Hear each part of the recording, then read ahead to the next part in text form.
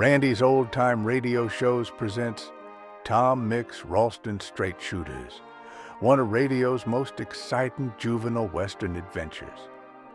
First airing in the 1930s and starring the legendary cowboy Tom Mix, the series thrilled young listeners with fast-paced action, daring rescues, and clear-cut tales of good versus evil. Sponsored by Ralston Cereal, each episode transported audiences to the rugged Old West, where Tom Mix and his sidekicks always fought for justice. Saddle up and join us as we relive these classic adventures from a golden era of radio. The Tom Mix Ralston Straight Shooters are on the air. And here comes Tom Mix, America's favorite cowboy. That's right. Come on, boy. Shredded Ralston for your breakfast. Start the day all shining bright. Gives you lots of cowboy energy with a flavor that's just right. It's delicious and nutritious, bite-sized and ready to eat. Take a tip from Tom, go and tell your mom Shredded Ralston can't be beat. The Tom Mix Ralston Straight Shooters bring you action, mystery, and mile-a-minute thrills. Tonight you're about to hear another episode in a baffling mystery. The mystery of the Vanishing Village. Straight Shooters, do you know how an entire village of 600 people can vanish almost overnight? Do you know why? Well, that's exactly what Tom is trying to find out. Why and how the village of Smithville has disappeared as completely as if it had never existed. Several murders already litter the dangerous trail Tom is following, and a moment ago another queer development took place when Mary Slade, a girl who lived in the vanished village, appeared at the TM bar in a state of collapse. In a moment, we'll know what happened next. But first, Straight Shooters, have you heard the exciting news? Well, by special permission of your pal Mike Shaw, we will send you a whistling sheriff's badge exactly like his. That's right. You can have an exact copy of the famous whistling sheriff's badge Mike Shaw wears, the badge with the siren whistle in it. When you blow this whistle, it sounds like this. Oh, boy, can you imagine wearing a badge like this? Now, this badge is made of metal, is shaped like a shield, has cross six-shooters at the top, with the official word sheriff in big raised letters beneath them.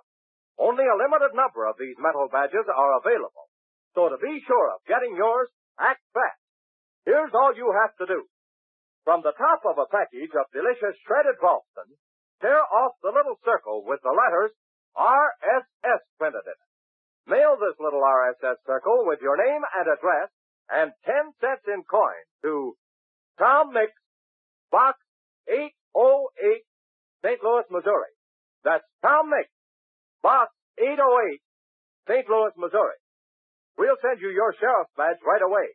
But hurry, hurry, hurry. Act tonight, tomorrow, sure. This offer good only in the United States. And now, Straight Shooters, we're with Tom and Sergeant Hank Smith as they bend over the motionless form of Mary Slade. Tom, she's hurt badly. Oh, Mary, darling, speak to me. Steady, Hank, steady. She's hurt all right, but losing her head won't help her any. Look, it's blood on my hand, Tom. It's from her head. Yes, Hank, yes. Now, take it easy, boy. I'll carry her into the house. You get back to my office and phone Doc Green. Tell him to get here just as fast as he can. Don't stand there staring, Sergeant. Get moving. Pronto.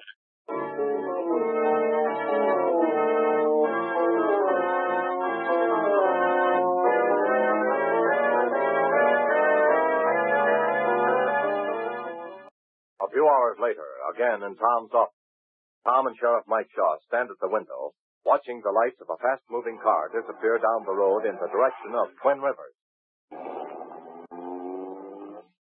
There they go, Tom. Doc Green, Sergeant Smith, and the unconscious gal. But why in thunderation do they have to take her to Twin Rivers? Well, as Doc Green says, Mike, the girl's unconscious and in a coma. Got a bad fracture of the occipital bone, resting on the brain.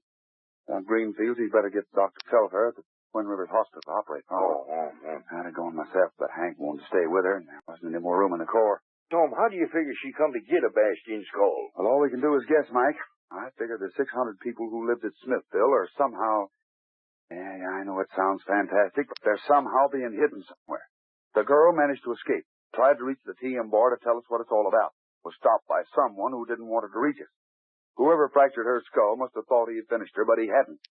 Came to and managed to get here before she collapsed. You know, I keep thinking, what couldn't she have told us even she was conscious? She could answer everything we want to know.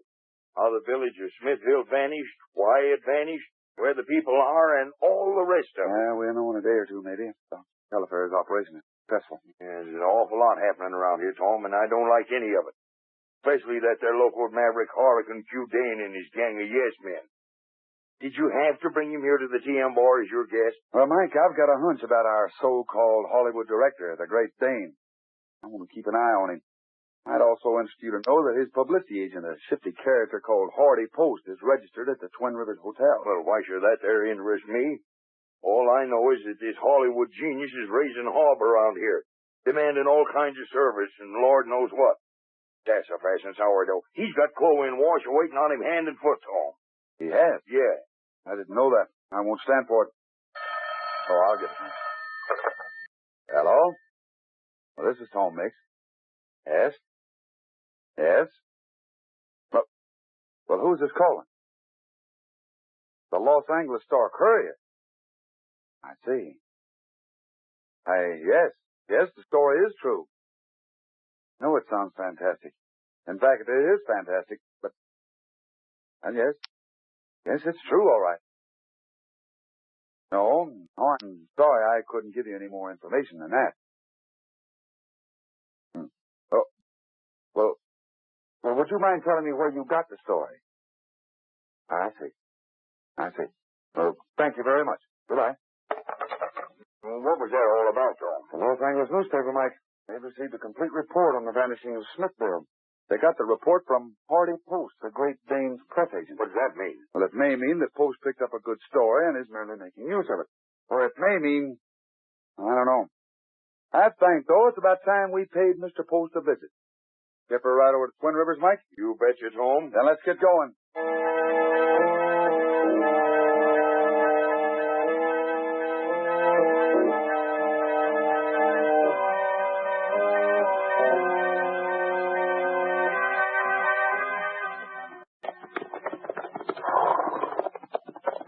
Tom, did the hotel clerk have any idea when this here Hardy Post would be back? No, Mike, no. He couldn't tell me much. Oh, there's the hospital just ahead. Yeah. Hey, Tom, you think they've operated on the girl yet? I don't know, Mike. Well, they sure better save her life.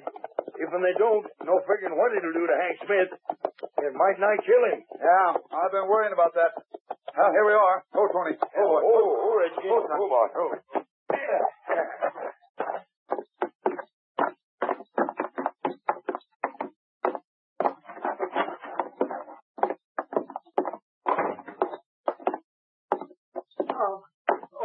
Glad you came.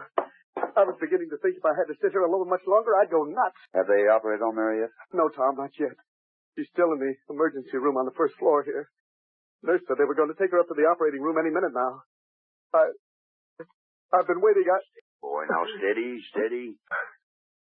Tom, what do you figure it's all about? Why was Mary hurt that way? Who'd want to harm a sweet, innocent little girl like Mary? Hank, somebody's playing for high stakes in this business. Somebody who isn't going to let anyone else stand in his way. That's why Mary was hurt. For the same reason that Harriet Phillips, the Lathiel Albine, were killed. He knows too much, Hank. Yeah. I'm going crazy, Tom. I've been through plenty overseas, but this beats it all. If Mary dies, She ain't going to die, son. Now just relax. Skip for a minute. Here they come. Heaven help us. Look at her. So white, so still, lying on that cart. Oh, Doc Green. They're having time to talk, Tom. They're taking her up to the operating room on that elevator. Yeah, we've got her ready for the operation, and we've got to work fast. That is that, Doc? Open that elevator door, man. Tom, if the pressure on her brain isn't relieved within a very few minutes... Oh, no. What? Oh, sorry, son. Didn't notice you standing there. We've got to go, Tom. Minutes are precious.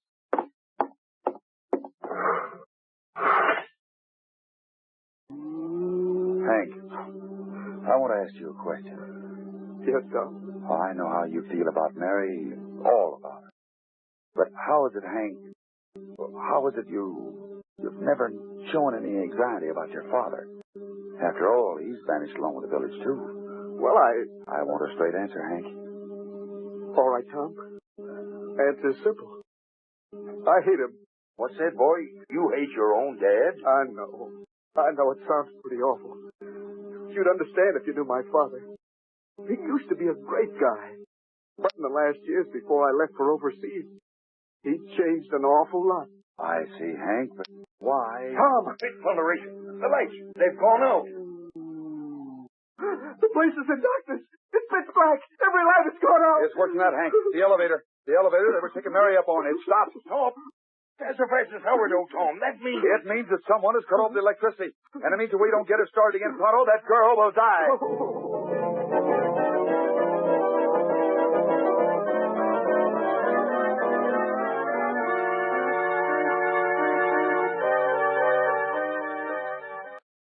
Someone has cut off the electricity.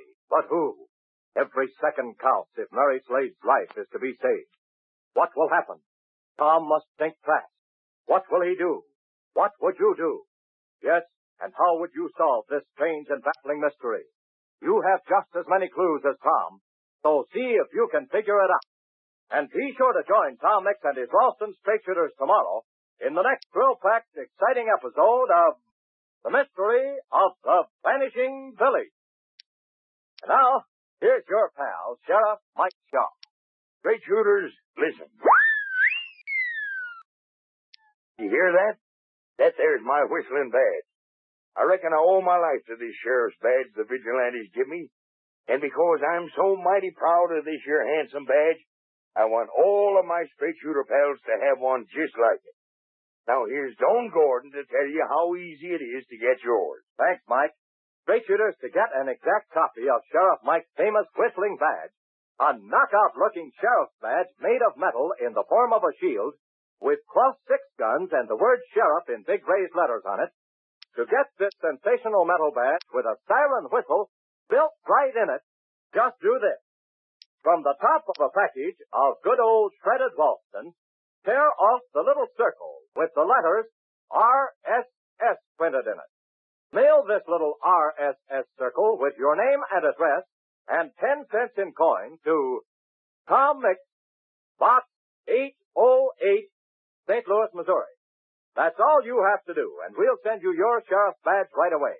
Remember the address, Tom Mix, Box 808, St. Louis, Missouri. It's all for good only in the United States.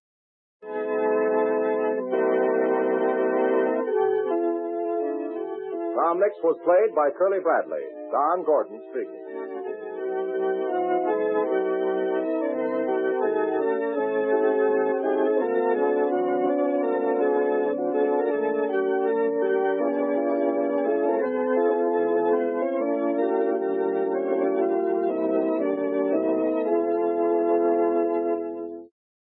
Well, folks, that's all for tonight's broadcast here on Randy's Old Time Radio Shows. Now, bringing these golden oldies back to life takes no small amount of time and effort from our good friend Randy, cleaning up the audio, converting the files, and making sure each show has the best audio possible. If you've enjoyed the program and you'd like to help keep these classics on the airwaves night after night, why not consider a small donation? Every penny goes straight to supporting Randy's work and helping this channel stay on the air. You'll find the links down in the description below. And for those of you kind souls who've already given, Randy tips his fedora to you. Your support truly keeps this old radio spirit alive. Thanks ever so much. And until next time, keep those dials tuned and keep the memories rolling.